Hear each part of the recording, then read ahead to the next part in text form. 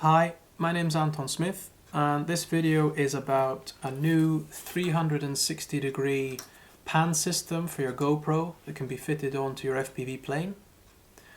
The kit I have designed is based on this particular servo here that you can buy off of eBay pretty cheap. I don't sell this servo myself because I purely can't compete with the postage costs that you can get from China, so buy this servo yourself from eBay, you'll get it much cheaper. This servo is actually a sail winch servo, so it's for an RC sailboat to hoist up the sail. This servo is the 1T version, so this is the S125 1T version, meaning that it'll actually do one complete turn. So it's quite a good servo to base a 360-degree pan system on. So what I have done is I have created these parts here that will convert that pan servo into a 360-degree GoPro FPV pan system. What I'll do now is I'll show you how this kit is put together, and you'll see how easy it is to do that. So let's focus here on the table.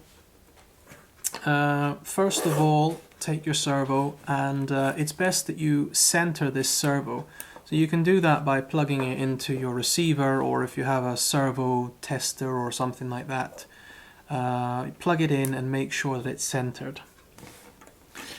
If you put the servo like this and take this plate, and what you want to do is you want to have this the servo sitting in the center of this circular piece here.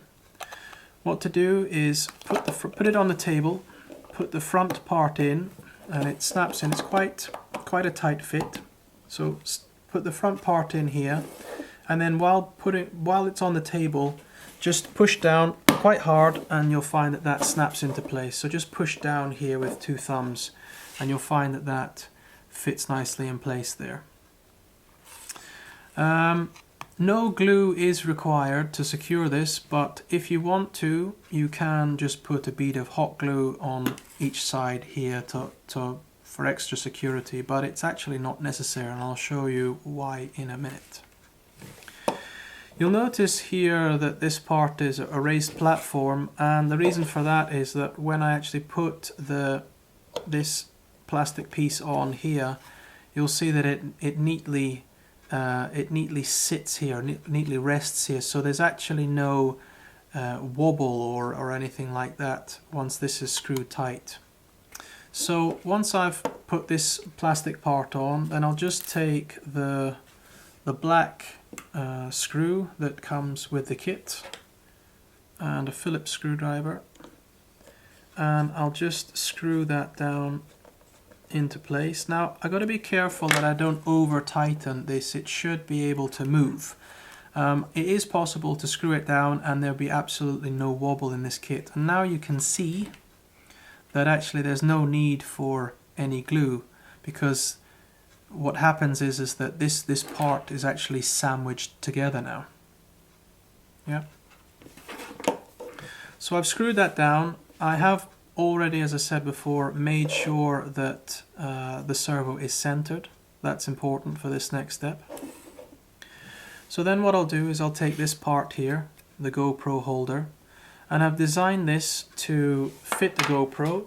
So I'll show you here that what you do is you slide it in the front here, like so, and it clips into place, and there's a neat little clip here to hold it there nicely, and also some tabs here at the back so that it won't slip out the back.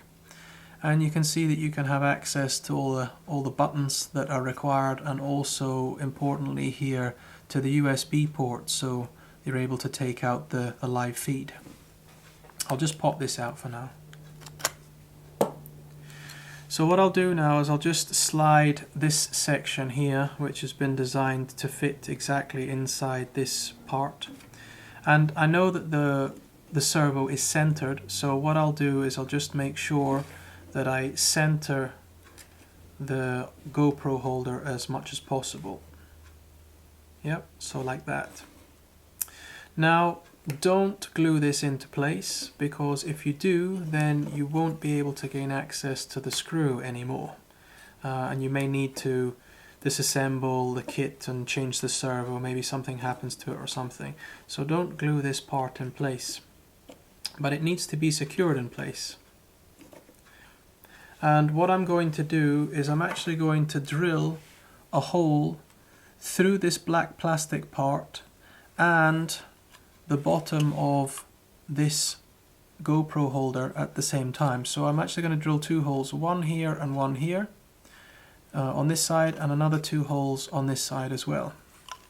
So I'll put that in place, make sure that it's as centered as possible, and I'll just squeeze it down with my thumb, and then taking a drill I shall drill through the top part here, not the bottom, the top part.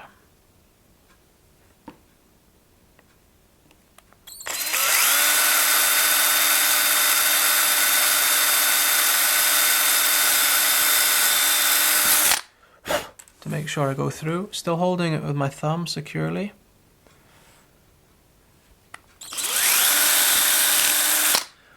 There we go. Not sure if you'll see it on the camera, but now I've drilled two holes in here in the top part, and I'll do the same on the other side. Right, so that's 4 holes drilled, holding it in place with my thumb to stop it from moving. It doesn't matter if it's slightly off center, because you'll be able to adjust the trim on your transmitter to make it center again. But you want it to be as centered as possible. Otherwise, you might not be able to use the trim on your transmitter to adjust it properly. So what I'm going to do is I will take these black plastic tie wraps, and the trick that I've found is that take it and just put a little bend in it like that, and take it and push it all the way through so that it comes out this side, and then take while holding this piece here with your thumb, push it back through again so that you get a little loop here. Taking your screwdriver, just try and dig out the tie wrap like that. Now, so this is what it's looking like. Then take it through here, and because you put a little kink here, you should be able to line it up reasonably with ease and push it through the hole like so. So that's the little trick that I've found. And then just pull it nice and tight, like so. We'll do the same on the other side.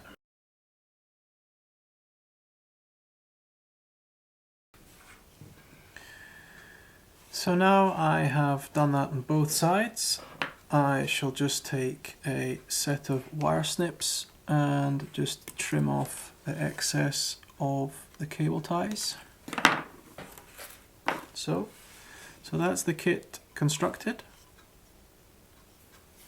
Okay, so let me show you how I've fitted it to the canopy of the Skywalker. I've decided not to glue it into place. You can always use hot glue or foam safe glue to fit it in place. But I prefer to use 4 small tie wraps. If you lay the base plate, or first of all, you have to cut out a section of the foam so that the servo can actually fit through. And then on the other side, once you've laid the plate down firmly against the canopy, then just poke a series of holes here in the 4 corners where I have created some holes here in the base plate. You see that in the kit there. Just poke holes all the way through the foam to the other side, and then just secure it nicely with tie wraps. That is really secure, that's not going anywhere. If anything, I think it's a bit better than glue, mainly because I can just simply take some wire snips and just cut those tie wraps, and I can transfer it onto another model if I want to. Okay, so the next part then is to show you how to program your transmitter so that you can get the full range of the servo. So I'll just switch. In this case I'm just using a Spectrum DX8, as you can see. You'll have to read the manual for your transmitter, but I think it's pretty much the same procedure, where on your model you go into the servo setup and then the travel option of the servo setup, and then go to the particular channel that you're going to use. Now if you're going to use a delta wing plane or a plane that doesn't have a rudder, then it's quite cool to then use the rudder channel for this. In this case I am using a Skywalker, so that does have a rudder, and so I'm going to use the AUX 3 channel. And you can see here that I've already set it up. Typically this will say 100% and 100%. You need to increase these percentages in order to get the full range or the full travel of the servo. So I've had to put it on 129 to the left and 132 to the right to get the full range. Thanks for watching this video. I hope you found the installation instructions useful. The kit is available on my web shop. It's available in both white and also in black, so just choose the color that you want at time of ordering, and I will send that off to you as soon as possible. Thanks.